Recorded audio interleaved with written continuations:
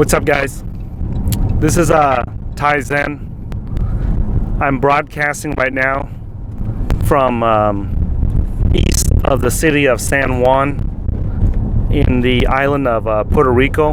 We're here to do some research on the Act 20 and Act 22 tax incentives for businesses and for individuals.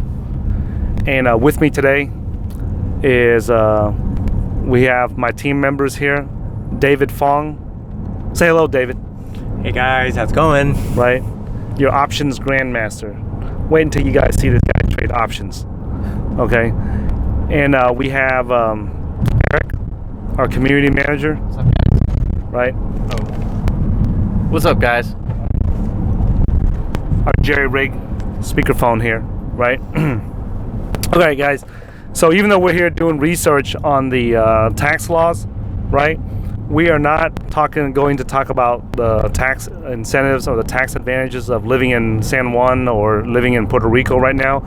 In this video, guys, we were just in the car discussing about, you know, what led our team to where it's at today.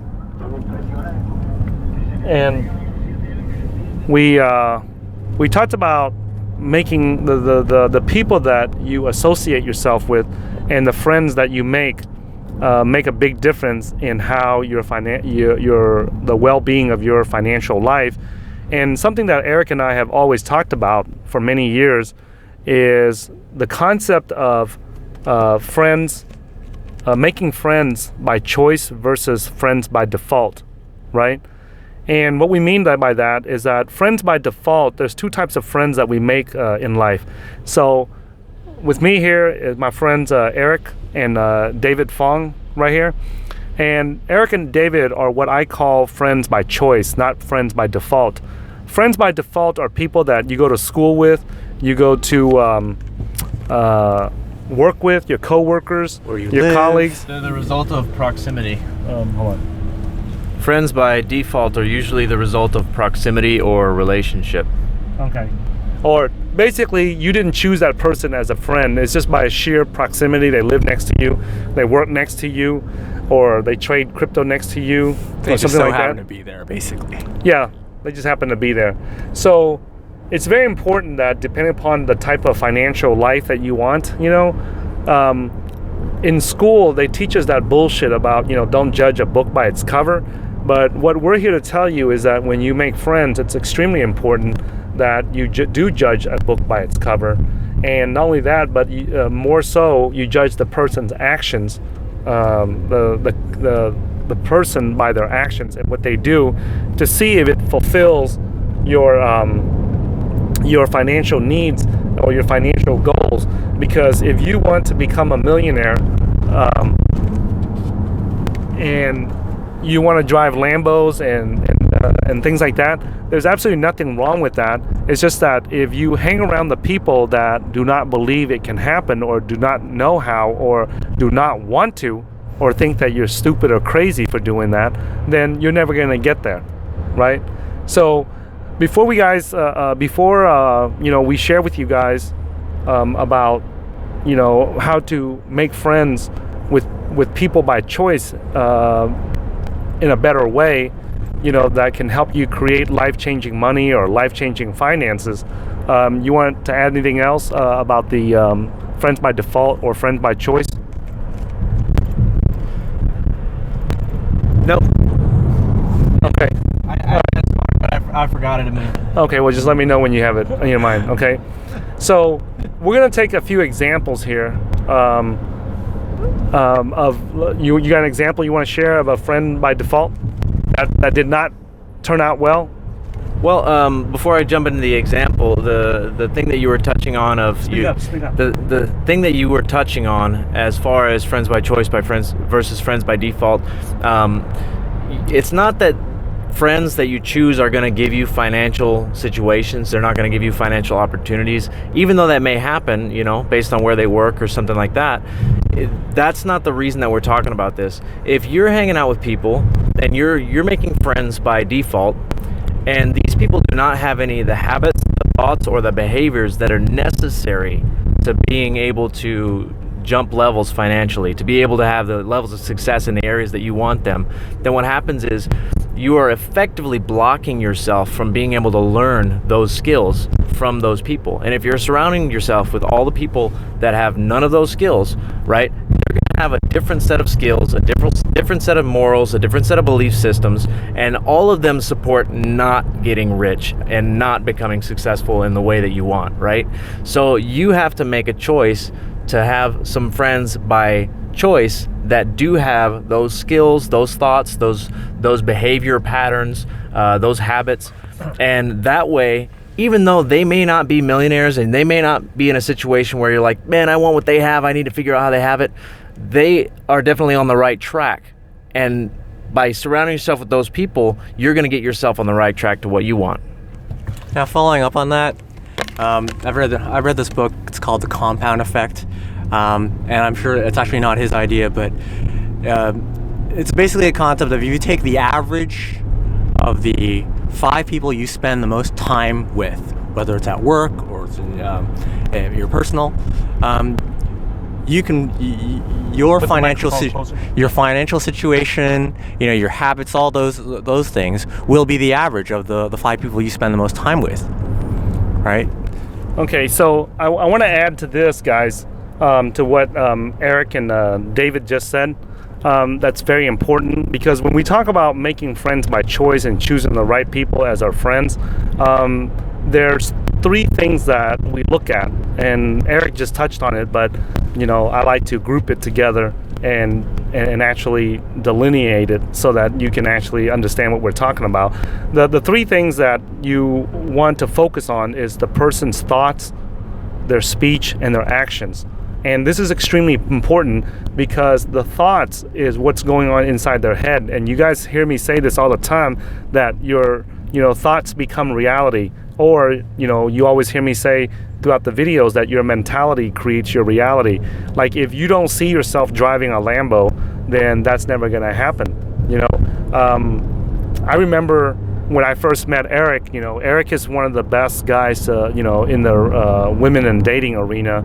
He's taught me a lot about how to, talk to women and everything, because I used to grow up in a very small town, and we only saw like 2 attractive girls in an entire year, right, in East Texas. And then when I moved to Austin, Texas, and I met Eric, he had, been a club promoter, and he had picked up thousands of girls throughout his life, and so he knew how to interact socially with women, and especially attractive women. I'd like to add a disclaimer, and although everything that Ty is talking about is accurate, don't let him paint the picture like we're some kind of pickup artist or something like that. What it is just simple behaviors. If you learn how to not behave like a douchebag, then people will like you, including women. That's pretty much it in a nutshell. Yeah.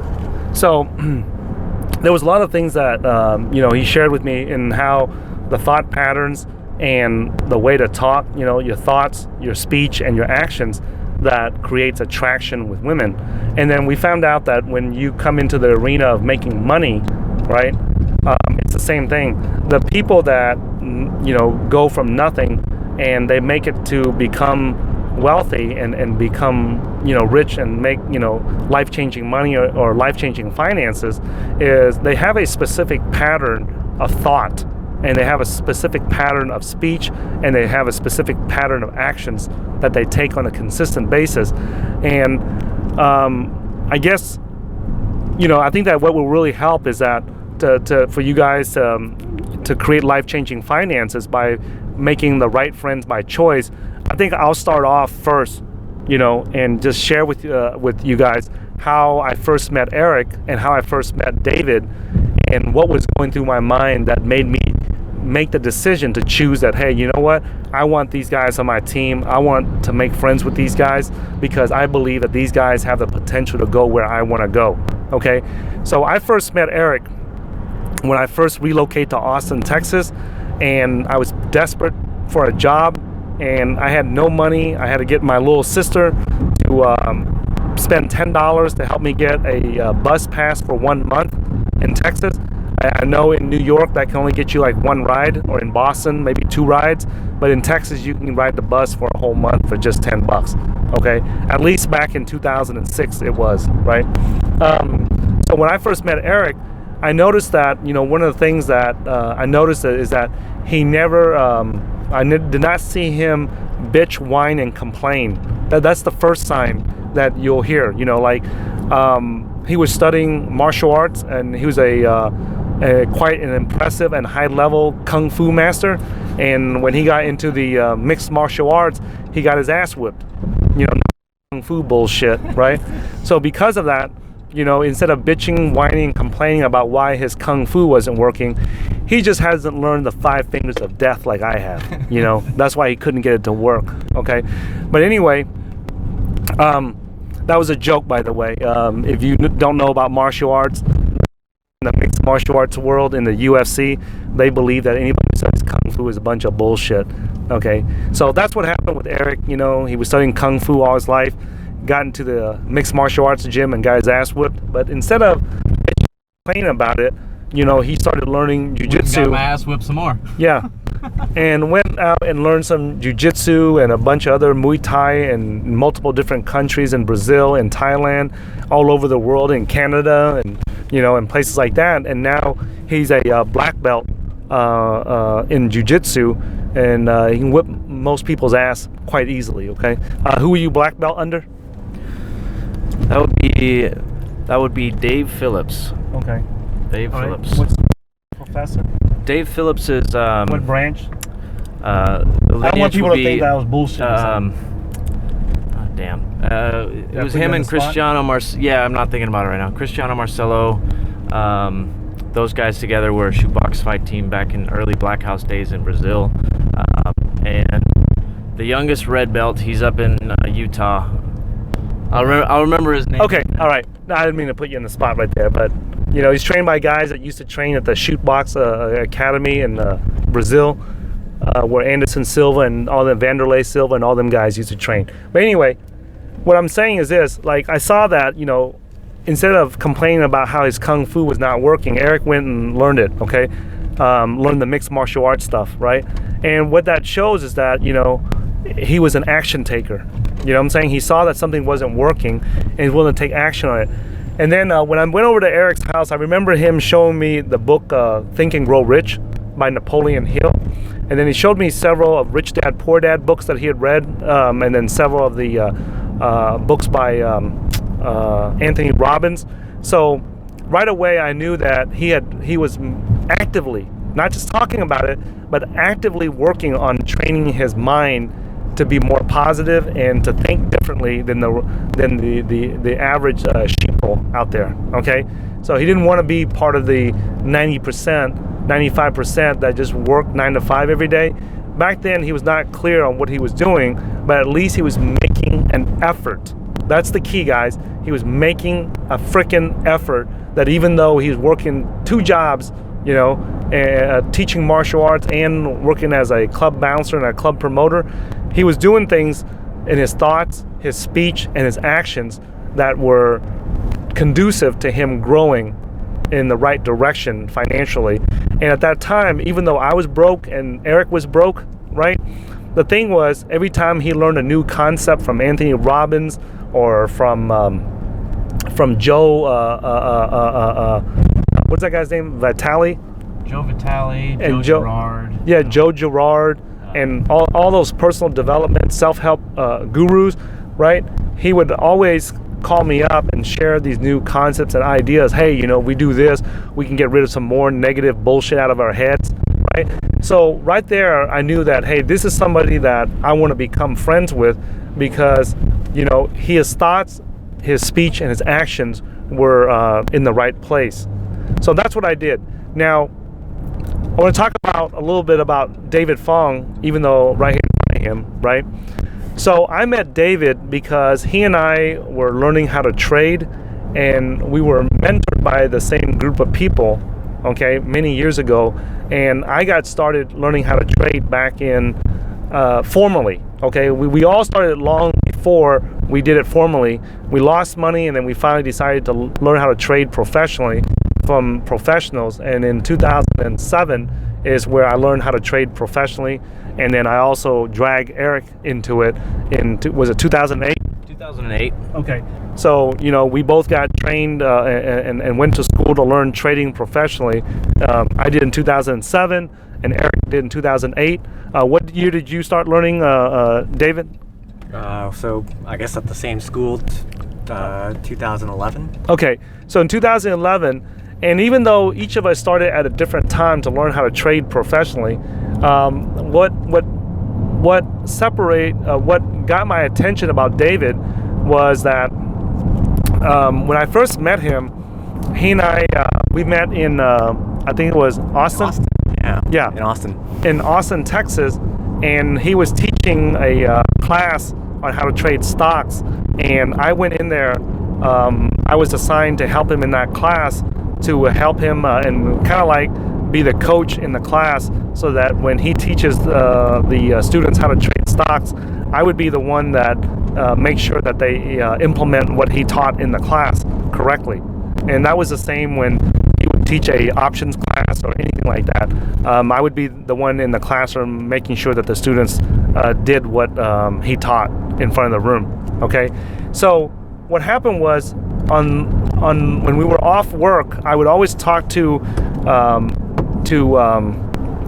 David about a concept that I learned from my wealth mentor about creating a passive stream of income, and not just any type of passive stream of income, but a utility type of passive stream income, something that we can create that will constantly pay us each month. Okay, and that was our goal. Like when I first met David, that's what he wanted. He always dreamed of making, because David used to work at Microsoft, and he would say that, hey, when I was at Microsoft, working on the Xbox project, these guys would, build software, build video games. He was around Microsoft a bit and saw how they were making a crap load of life-changing profits and money from the Xbox software, from the Microsoft Office software, from the Microsoft Windows software. So David was always dreaming about building some type of product, especially software, that people would buy, and he would just continually get a residual income. Whether I was working or not. Yeah. And we wanted to not just build a residual stream of income. I shared with David that, hey, I want to build not just a stream of income, but according to my wealth mentor, he taught me that there's multiple types of passive streams of income. There are certain types of passive streams of income. Let's say, for example, like a gym membership. If you own like a gym, people want to work out and get in shape or something, they have to sign up for your gym membership. But that's not really a utility type passive stream of income, because at any time the person can quit and they don't need your gym service no more. Good examples of utility streams of a utility type passive stream of income is something like your phone bill, your electricity bill, your water bill, your gas bill, because no matter what you do, no matter how poor you are going to pay that phone bill just so that you have a phone, or you're going to pay that electricity so you have electricity in your house. Okay, so when I met David, every time I met him, we were constantly always talking about creating a utility type passive stream of income, right? And so we were always looking. We didn't know exactly what it was that we wanted to do, but we were always looking, hey, should we write books? Should we create DVD products? Should we create an options course and sell the DVD courses? Should we create a Bitcoin course and sell the Bitcoin courses? We were always trying to drum up some type of passive stream of income, and right. Was it going to be an app? Was it going to be whatever it could have been, right? Yeah, whatever it was, we were just always trying to brainstorm that. And so in addition to the trading, because trading requires manual work, okay? And anybody tells you that there's a push button, ATM cash machine that you can spit out from your laptop when you trade, they're usually full of shit, okay? Trading requires you to be actively trading, okay? So you can literally say that it's a high-paying job where you're not location dependent and you're not time dependent, but it's still something that you have to do actively. The trading is not, in my opinion, not a passive stream of income. Even though right now we're in a situation where our portfolios have gotten big enough to where we're not able to trade it in and out actively like we want to because of the liquidity issues, right? We still have to manage our portfolio on a daily and weekly and monthly basis still. So it still takes work, okay? So it's not like a passive stream of income where you just do it once and then money keeps coming in all the time. That we'll talk about that later when it comes to cryptocurrency staking. We'll talk about that later, okay, in a separate video. Staking your cryptocurrencies is one of the few things I know of in life that creates a passive stream of income without you doing anything. Like literally, you set it up one time on a computer and it stakes the rest of the time, like Particle, like Pivx, like the upcoming Cardano, and like many other projects out there that you can stake, and it produces like 5 to 10% a year, or like Decred, which produces like 1.6 to 2% a month.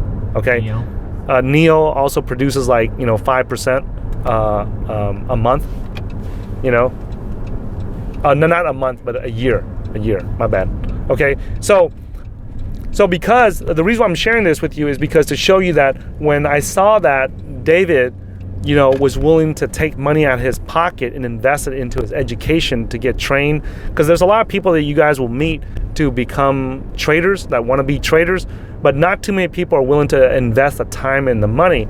And when I first met David, I saw that he had invested money just like I did, to get professionally trained how to trade stocks, futures, forex, options correctly, and not screw around with it and jack around, waste all his time trying to figure it out on his own, right? So I like the idea that he was willing to invest into mentorship and into training. Now keep in mind, guys, I notice I said invest and not spend money on training and education, but invest money into training and education, because what that does is it allows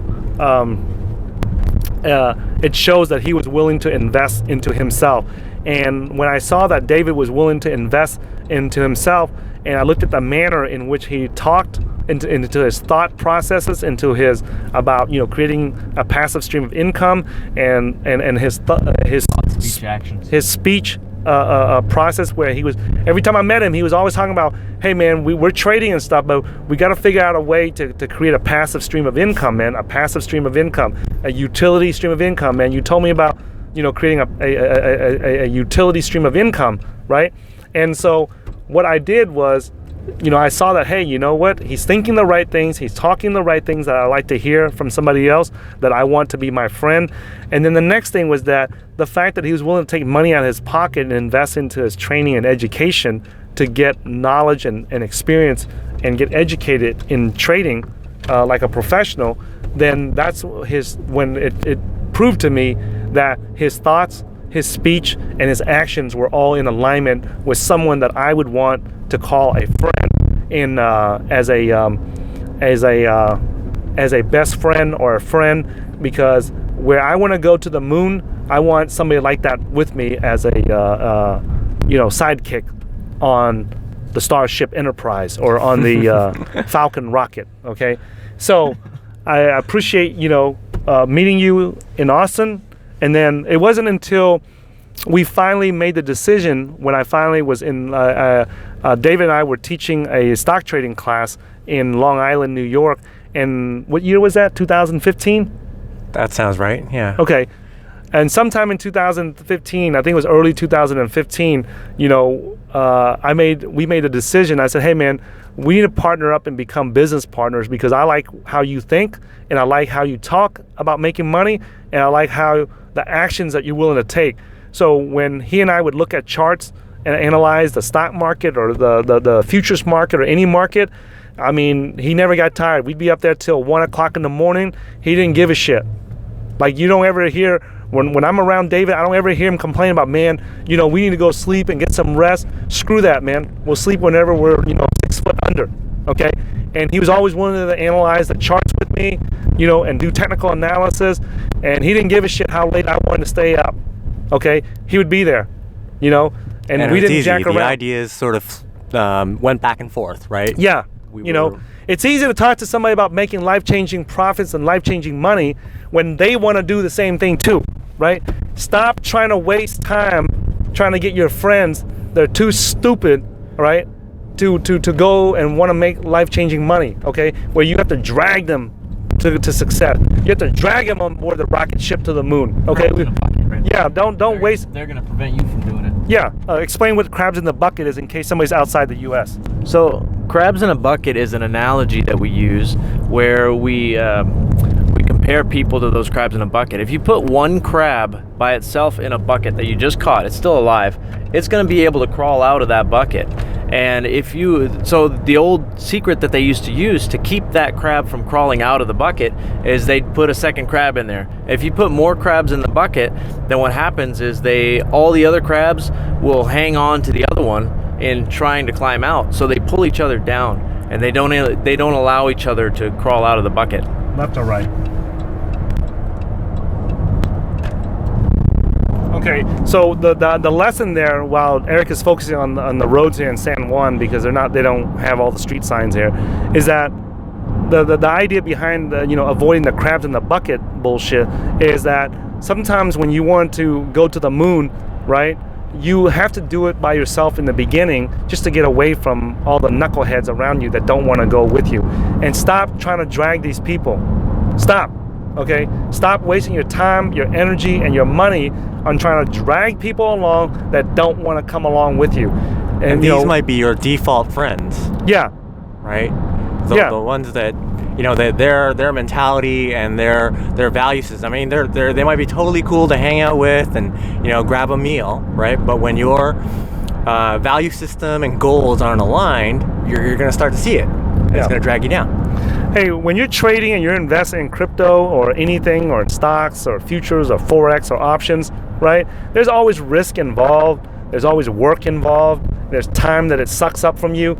The last thing you need is a bunch of idiot friends that don't want to do the same thing and don't support what you're doing, Just get rid of their ass. Just go find new friends.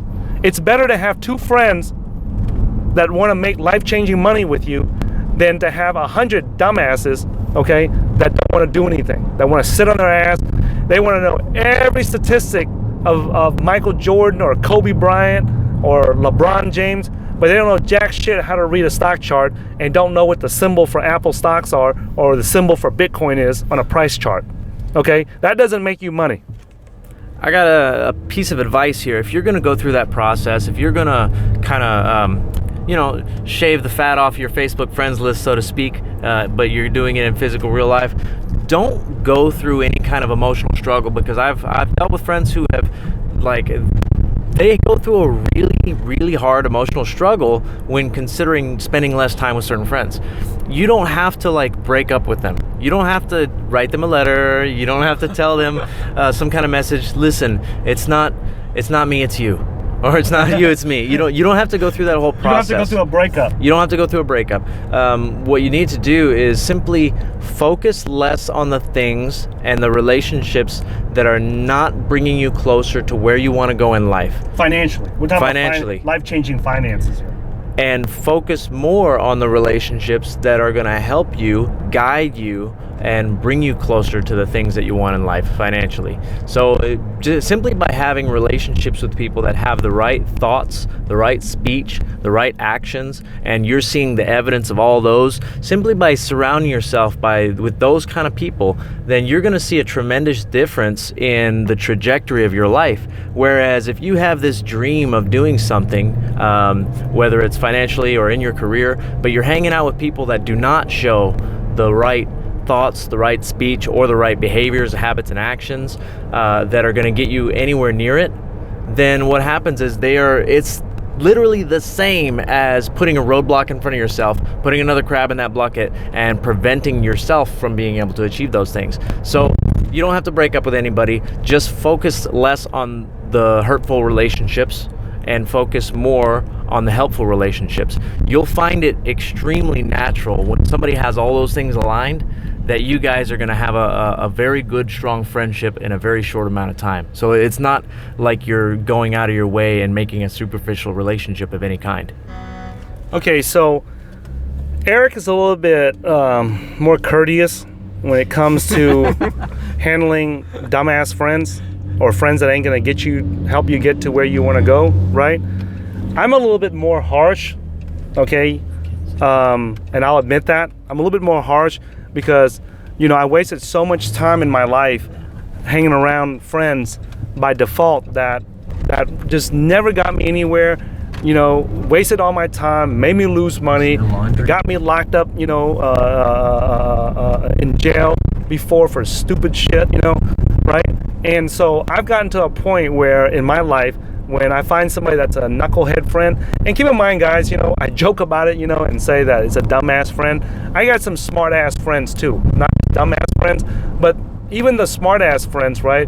They're not trying to go in the same direction. They're happy working a 9-to-5 job. They make a good 6-figure income. That's all they want in life. They don't want to go beyond that. That's fine. They're not dumbass or nothing. I instead of saying dumbass, I should have said people don't have the same financial goals. That should be more the appropriate way to say that, because then, I'm going to have my friends that watch this video, and my smart ass friends that watch this video, they're going to call me up and go, hey man, why you call me a dumbass, man? So, I'm the one with a college degree and you went to 5 high schools and never even finished high school and you call me a dumbass? So, I don't want that. So maybe I should say that, the more appropriate term would be, friends that don't have the same financial goals as I do, right? So, you want to talk about how I fire my friends real quick? So that... Just like that. Yeah. You're fired. Yeah. He does the Trump... Yeah. The Trump hand move. No, I mean, just to tell them up front, man, so that, people don't have bullshit or something. We were talking about relationships, and you know what? A friendship is no different than a relationship. It's just not romantic, right? So there was a 3-strike rule that we learned a long time ago, is that, if you're hanging out with somebody and you just get this weird feeling, you get like, man, this guy is a shady character, or he's a liar, or something's going on where you just have a feeling of distrust and you don't trust that person. Well, you know what? You have those same hunches in romantic relationships as you do in friendships, And if we get, there was the 3-strike rule where even if they don't do anything that really like excludes them, or they don't have to do something bad to get off the friends list, right? So a lot of people have this idea that they have to, in order to break up with a relationship, somebody has to do something wrong, right? In order to break up with a friendship, somebody has to do something wrong. And we don't believe that at all. We believe there's a 3-strike rule. If you got somebody that's stealing staplers, taking staplers from work and bringing them home and using them at the house, our belief is, how can you be stealing in one area of life and expect to be blessed in another area of life? Right? So that's a behavior that we'd be like, that's a strike 1. And once we got 3 strikes, we'd say 3 strikes, you're out. But you know what? As we started